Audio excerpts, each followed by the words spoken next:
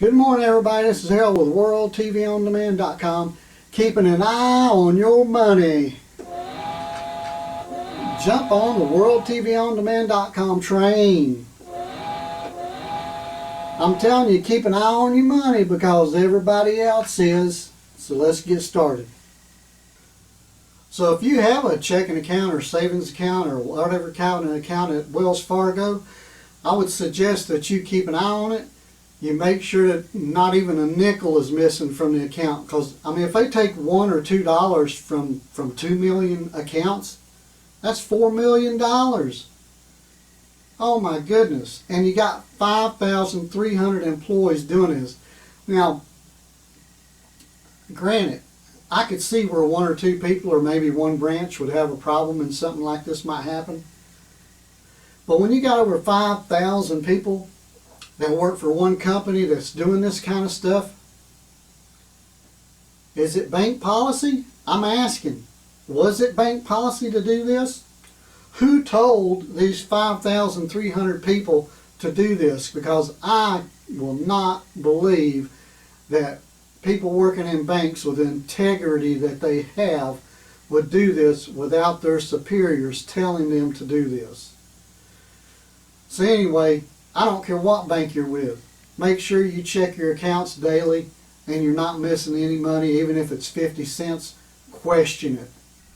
So today we're going to talk about Wells Fargo Bank. I don't know if you've heard about Wells Fargo Bank, but they have a little problem. They had 5,300 employees making false accounts and making the bank money. You know, how many other banks are doing this? So the banks did this. The Wells Fargo's banks are the ones that have so far been charged by the government and fined by the government for making these false accounts and stealing all this money. So anyway, a short story hopefully. My daughter went to Wells Fargo Bank to set up an account. So she waited about a week to get her card. It didn't come.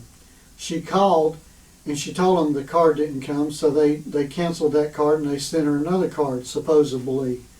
She didn't get that card. So in the meantime, I'm getting mail at my house from customers from Wells Fargo banks with debit cards, and then the following day I'd get another piece of mail from Wells Fargo Bank with the PIN numbers. I mean, and my daughter that was setting up the account for Wells Fargo, she don't live here, she don't use this address.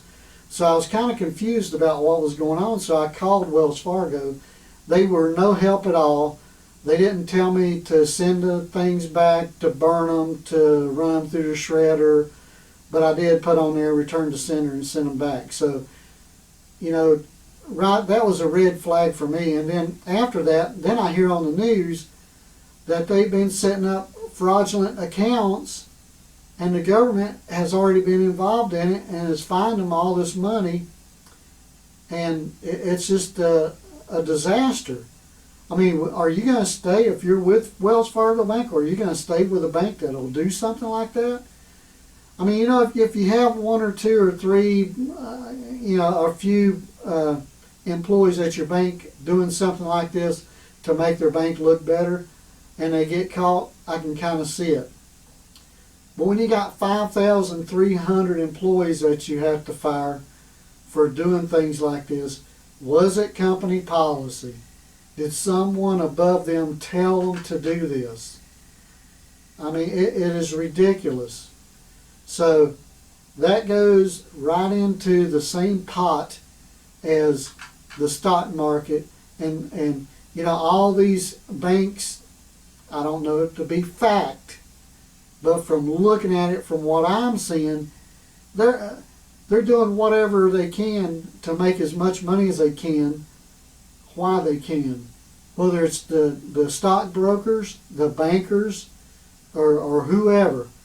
But the stock market will crash. And it's because of this stuff right here with Wells Fargo Bank that should raise a red flag to you, because they're all these companies are stealing money from anywhere and anybody they can. And when they get caught, what do? They get fined from the government. Okay, they got fined, but they've got the money, and the government got their fine money.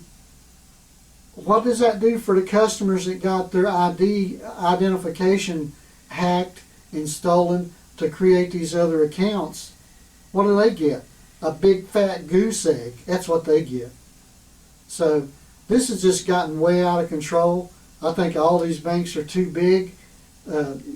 Something needs to happen. And if Wells Fargo don't close and go out of business, I would be real surprised. And then I would wonder why anybody would want to bank with Wells Fargo Bank after this happened. Good morning, everybody. This is Harold with WorldTVOnDemand.com, keeping an eye on your money.